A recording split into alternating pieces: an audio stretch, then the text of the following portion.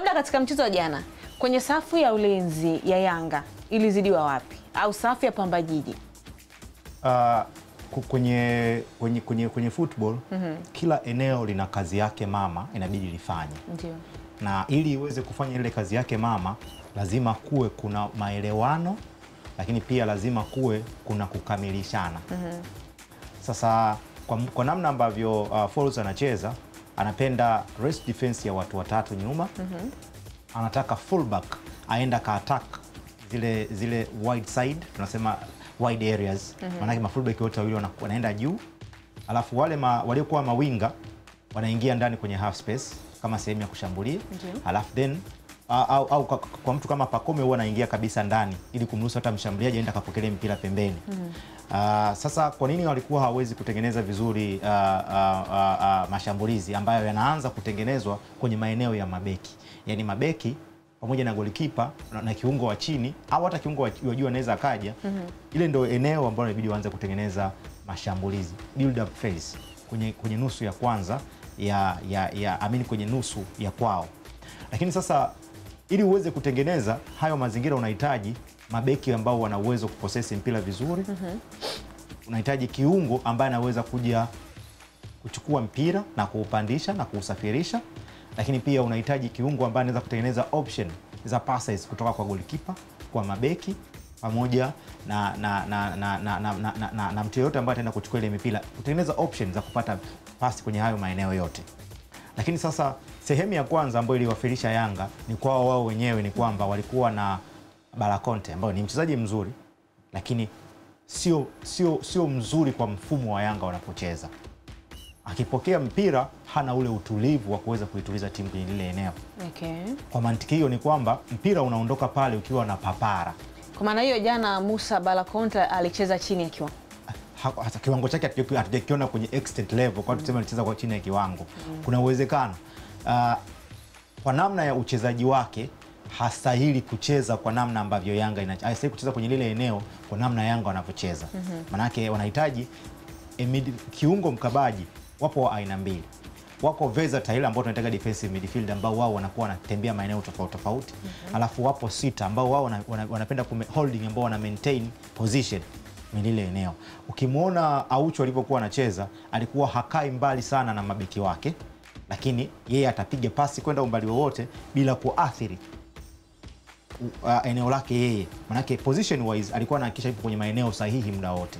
Lakini pia ukimwona hata Aziza Ndambwile anaweza kumaintain ile position vizuri sana. Anaweza kawa sio pasa mzuri kama Aucho, lakini yeye anaweza kumaintain ile position vizuri, na hata akipata mpira hauwezi kuona anafanya dribbling, hauwezi kuona anahangaika kujua akatafute mtu akumpa pasi, anapiga simple pass. Simple pass maana yake unamfanya naye kuja kuwekea pressure, asiweze kupata mpira kwako kirahisi. Na kama sisi tunajua tukija kuwekea pressure hatuwezi kupata mpira kwako kirahisi, hakuna haja asije kuwekea pressure kwa sababu hata upata ule mpira. Maana yake sasa timu inabidi ibadilishe plan. Baada ya kufanya pressing au tunasema engagement. Engagement ni namna ambayo timu inaanza kutafuta mpira. Sasa kama Pamba walikuwa wanataka kwanza kutafuta mpira kwenye eneo la Yanga kule juu, wanapoona wana mtu ambaye anagusa mpira mara moja, inabidi wabadilishe plani yao, waanze kuja chini kupokelea mipira, kwa sababu aliyeingia Aziza Ndambwile hana muda wa kukaa na mpira. Kwa lazima wabadilishe maamuzi yao, maana yake wanaanza kujikaba wao wenyewe zaidi. Kwa nadhani hilo ndio lilikuwa eneo la kwanza ambalo lilikosekana kwenye mpango wa mwalimu kumpanga Balakonte ambaye sio mtulivu kwenye lile eneo. Ilikuwa ni sehemu ya kwanza ya kuwarahisishia Pamba kazi. Lakini hata Pamba wenyewe walikuwa vizuri sana kwa formation yao ambao waliingia, kwamba walihakikisha kwamba wale mastriker wao wawili wanaenda kuwapini ma center back. Maana yake sasa Conte akitaka kupokea mpira kwa sababu hana utulivu, Najim Musa anakuja moja kwa moja. Najim Musa alikuwa anaenda moja kwa moja kumsumbua na yeye. Lakini kwa sababu pia hana ule utulivu, maana yake option pekee kubwa ilikuwa ni golikipa wa Yanga kupiga mipira mirefu. Na ukipiga mipira mirefu unakutana katikati kuna viungo wengi sana.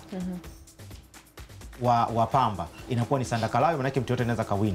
Kwa utaona mpira wa kwanza watagombania, mpira wa tatu wa pili watagombania, wa tatu, na atakaye win mara nyingi ni Pamba. Pamba atakupeleka wapi ilikuwa ni issue nyingine sasa.